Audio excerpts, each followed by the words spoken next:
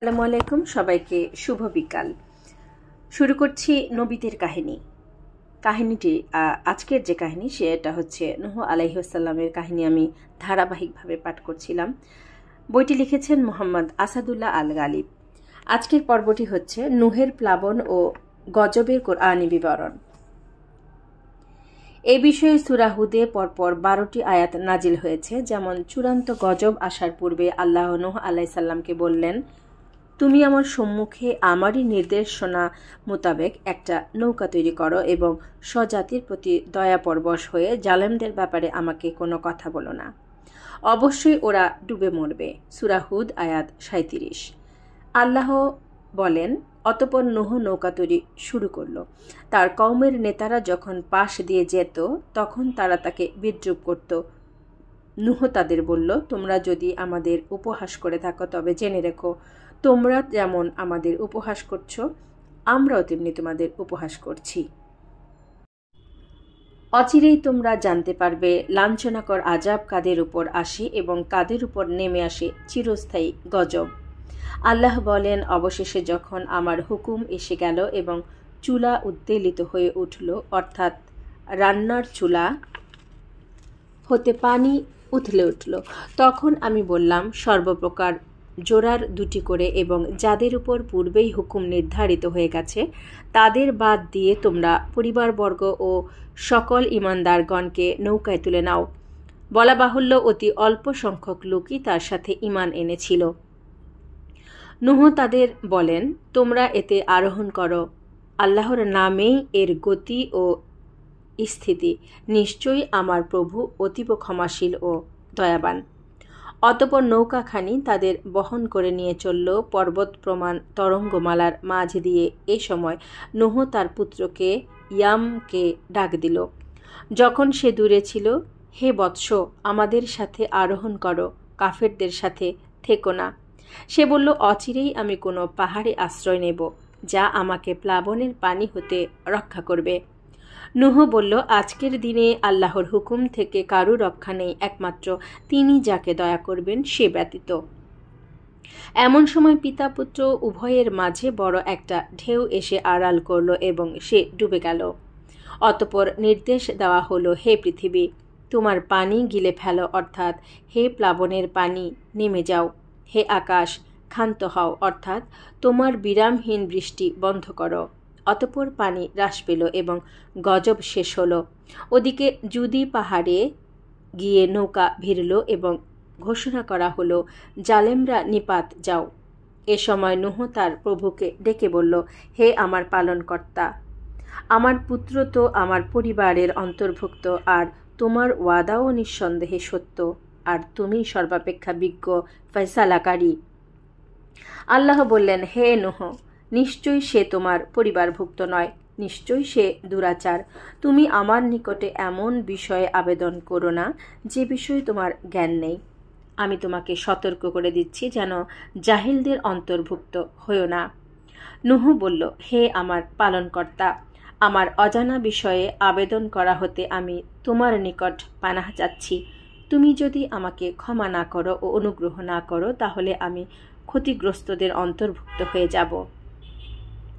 বলা হলো, হে নূহ, এখন নৌকা থেকে বিতরণ করো আমাদের পক্ষ হতে নিরাপত্তা ও সমৃদ্ধি সহকারে তোমার উপর ও তোমার সঙ্গী দলগুলির উপর এবং সেই ভবিষ্যৎ সম্প্রদায়গুলির উপর যাদেরকে আমরা সত্তর সম্পদ রাজি দান করব। অতঃপর তাদের উপরে আমাদের পক্ষ হতে মর্মান্তিক আযাব স্পর্শ করবে। সূরা হুদ আয়াত 37 থেকে 48। মক্কি জীবনের চরম আতঙ্ক ও উৎকণ্ঠার মধ্যে সূরা হুদ নাজিল করে সেখানে যথাক্রমে নূহ, হুদ, সালেহ, ইব্রাহিম, লূত ও শুআবের ও মুসা প্রমুখ বিগত নবী ও রাসূলগণের ও তাদের সম্প্রদায়ের কাহিনী সংক্ষেপে বর্ণনার মাধ্যমে রাসূল সাল্লাল্লাহু আলাইহি ওয়াসাল্লাম ও তার সাথীদেরকে আল্লাহ সান্ত্বনা দিয়েছেন। যেমন প্রথমে নূহ আলাইহিস সালামের কাহিনী বর্ণনা শেষে আল্লাহ বলেন, এটি গায়েবের খবর যা আমরা আপনার নিকটে ওহী করেছি, যা ইতিপূর্বে আপনি বা আপনার সম্প্রদায় জানত না। অতএব আপনি ধৈর্য ধারণ করুন। নিশ্চয়ই শুভ পরিণাম কেবল আল্লাহ ভীরুদের জন্যই। সূরা হুদ আয়াত ৪৯। বস্তুত কুরআনের মাধ্যমে পৃথিবীবাসী সর্বপ্রথম বিগত যুগের এইসব ধ্বংসপ্রাপ্ত জাতির খবর জানতে পেরেছে। সূরা হুদে বর্ণিত উপরোক্ত আয়াতসমূহ নূহ আলাইহিস সালামের প্লাবনের নাতিদীর্ঘ ঘটনা বিবৃত হয়েছে। কুরআন তার বাক-রীতি অনুযায়ী কেবল প্রয়োজনীয় কথাগুলি বলে দিয়েছে, বাদবাকি ব্যাখ্যাসমূহ মোটামুটি এরকম। কিস্তি। নূহ আলাইহিস সালামকে যখন নৌকা তৈরির নির্দেশ দেওয়া হয় তখন তিনি নৌকাও চিনতেন না, তৈরি করতেও জানতেন না। আর সে কারণেই আল্লাহ নির্দেশ দিলেন, তুমি নৌকা তৈরি করো আমাদের চোখের সম্মুখে ও আমাদের ওহী অনুসারে। সূরা হুদ আয়াত ৩৭, সূরা মুমিনুন আয়াত ২৭। এর দ্বারা বোঝা যায় যে নৌকা তৈরির জন্য প্রয়োজনীয় উপকরণসমূহ ও নির্মাণ কৌশল জিবরাইল আলাইহিসসালাম নূহ আলাইহিসসালামকে শিক্ষা দিয়েছিলেন। এভাবে সরাসরি ওহীর মাধ্যমে নূহ আলাইহিস সালামের হাতে নৌকা ও জাহাজ নির্মাণ শিল্পের গোড়াপত্তন হয়। অতঃপর যুগে যুগে তার উন্নতি সাধিত হয়েছে এবং মানুষ ব্যবসা বাণিজ্যের মালামাল ও যাত্রী পরিবহনের নতুন যুগে প্রবেশ করেছে, আধুনিক বিশ্ব সভ্যতা যার উপর দাঁড়িয়ে আছে। একথা ধারণা করা মোটেও অমূলক হবে না যে উক্ত নৌকা তৈরি করতে নূহ আলাইহিস সালামের বহুদিন সময় লেগেছিল। নৌকাটি অবশ্যই বিরাট আয়তনের ছিল, যাতে মানুষ, পশু ও পাখি পৃথকভাবে থাকতে পারে। কিন্তু এজন্য নৌকাটি কয় তলা বিশিষ্ট ছিল, কি কাঠের ছিল, কত গজ লম্বা ও চওড়া ছিল, এসব কাহিনীর কোনো সঠিক ভিত্তি নেই। নদীবিহীন মরু এলাকায় বিনা কারণে নৌকা তৈরি করাকে পণ্ডশ্রম ও নিছক পাগলামি বলে কওমের নেতারা নূহ আলাইহিস সালামকে ঠাট্টা করত। সূরা হুদ আয়াত ৩৮। এ ব্যাপারে নূহ আলাইহিস সালাম বলতেন, তোমাদের ঠাট্টার জবাব সত্বর তোমরা জানতে পারবে। সূরা হুদ আয়াত ৩৯। দীর্ঘদিন ধরে নৌকা তৈরি শেষ হবার পরেই আল্লাহ চূড়ান্ত ফয়সালা নেমে আসে এবং গজবের প্রাথমিক আলামত হিসেবে চুলা থেকে পানি বের হতে থাকে। এরপর আমরা পড়ি তান্নুর ও তুফান। তান্নুর বলা হয় মূলত উনুন বা চুলাকে। এটি অনারব শব্দ, যাকে আরবি করা হয়েছে কুর্তুবী। সহজ সরল ও প্রকাশ্য অর্থ অনুযায়ী ইরাকের মুসেল নগরীতে অবস্থিত নূহ আলাইহিস সালামের পারিবারিক চুলা থেকে পানি উথলে বের হওয়ার আলামতের মাধ্যমে নূহের তুফানের সূচনা হয়। অর্থাৎ এটি ছিল প্লাবনের প্রাথমিক আলামত মাত্র। তুফান অর্থ যে কোনো বস্তুর অত্যাধিক্য। প্লাবনকে তুফান বলা হয় পানির আধিক্যের কারণে যা সব কিছুকে ডুবিয়ে দেয়। আল্লাহ বলেন, আমরা নূহকে প্রেরণ করেছিলাম তার সম্প্রদায়ের নিকট। সে তাদের মধ্যে 50 কম 1000 বছর অবস্থান করেছিল। অতঃপর তাদেরকে তুফান অর্থাৎ মহাপ্লাবন গ্রাস করেছিল, আর তারা ছিল অত্যাচারী। অনাকাবুত সূরা আয়াত 14। যদিও অনেকে এর নানারূপ ব্যাখ্যা দিয়েছেন, যার সবকিছুই ইসরাইলিয়াত এবং ভিত্তিহীন। ভূতলের উত্থিত পানি ছাড়াও তার সাথে যুক্ত হয়েছিল অবিরাম ধারে আকাশ বন্যা। যেমন আল্লাহ বলেন, অবশেষে যখন আমার হুকুম এসে পৌঁছল এবং চুলা উচ্ছ্বসিত হল, অর্থাৎ ভূপৃষ্ঠ পানিতে উদ্বেলিত হয়ে উঠল। অন্যত্র আল্লাহ বলেন, তখন আমরা খুলে দিলাম আকাশের দোয়ার সমূহ প্রবল বাড়িপাতের মাধ্যমে এবং ভূমি থেকে প্রবাহিত করলাম নদীসমূহকে। অতঃপর উভয় পানি মিলিত হলো একটি পূর্ব নির্ধারিত কাজে, অর্থাৎ ডুবিয়ে মারার কাজে। আমি নূহকে আরোহণ করালাম এক কাষ্ঠ ও পেরেক নির্মিত জলযানে, যা চলত আমার দৃষ্টির সম্মুখে। এটা তার অর্থাৎ আল্লাহর পক্ষ থেকে প্রতিশোধ ছিল, যাকে প্রত্যাখ্যান করা হয়েছিল। আমরা একে নিদর্শন হিসেবে রেখে দিয়েছি। অতএব কোনো চিন্তাশীল আছে কি? সূরা কামার আয়াত 11-15। যে কারণে নূহ পুত্র ইয়াম পাহাড়ে আশ্রয় নিয়েও রেহাই পায়নি। সূরা হুদ আয়াত 43।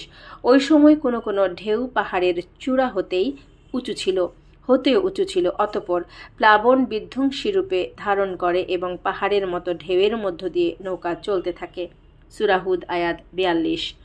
2004 সালের 26শে ডিসেম্বর ইন্দোনেশিয়ার সাগরতলে সংঘটিত ভূমিকম্পের সুনামিতে উত্থিত 33 ফুট উঁচু ঢেউ নূহের তুফানকে স্মরণ করিয়ে দেয়।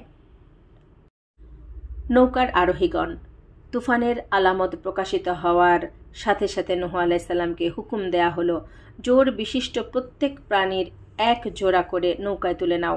সূরা হুদ আয়াত 40, মুমিনুন আয়াত 27। এর দ্বারা কেবল ওইসব প্রাণী বোঝানো হয়েছে যা নর ও মাদির মিলনে জন্ম লাভ করে এবং যা মানুষের দৈনন্দিন জীবনে অতীব প্রয়োজনীয়, যেমন গরু, ছাগল, ঘোড়া, গাধা ও হাঁস মুরগি ইত্যাদি পশুপক্ষী। এরপর নূহ আলাইহিস সালামকে নির্দেশ দেওয়া হলো কেবল তার পরিবার সহ ঈমানদার নরনারীকে নৌকায় তুলে নিতে, যাদের সংখ্যা অতীব নগণ্য ছিল। সূরা হুদ আয়াত 40। কিন্তু সঠিক সংখ্যা কুরআন বা হাদিসে উল্লেখিত হয়নি। তবে আব্দুল্লাহ ইবনে আব্বাস রাদিয়াল্লাহু আনহু হতে বর্ণিত হয়েছে যে তাদের সংখ্যা ছিল 40 জন করে পুরুষ ও নারী, মোট 80 জন।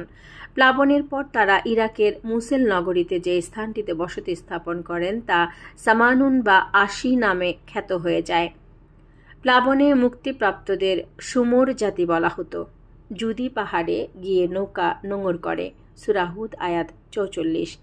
এ পাহাড়টি আজও ওই নামেই পরিচিত। এটি নূহ আলাইহিস সালামের মূল আবাসভূমি ইরাকের মুসেল নগরীর উত্তরে ইবনে উমর দ্বীপের অদূরে আর্মেনিয়া সীমান্তে অবস্থিত।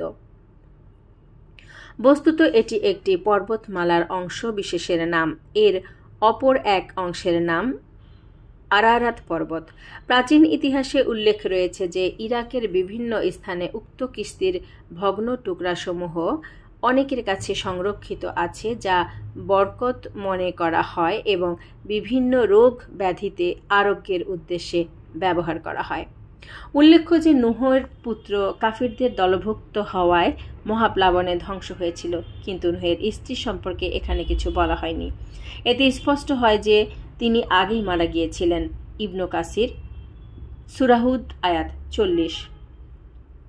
তিনি গোপনে কুফরি পোষণ করতেন ও কাফিরদের সমর্থন করতেন। নূহের স্ত্রী ও লুতের স্ত্রী স্ব স্বামীর নবুয়তের উপরে বিশ্বাস স্থাপনের ক্ষেত্রে খেয়ানত করেছিল বলে স্বয়ং আল্লাহ বর্ণনা করেছেন।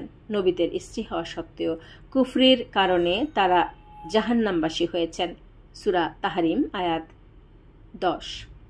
সম্ভবত মহাপ্লাবনের সময় নূহের স্ত্রী জীবিত ছিলেন না।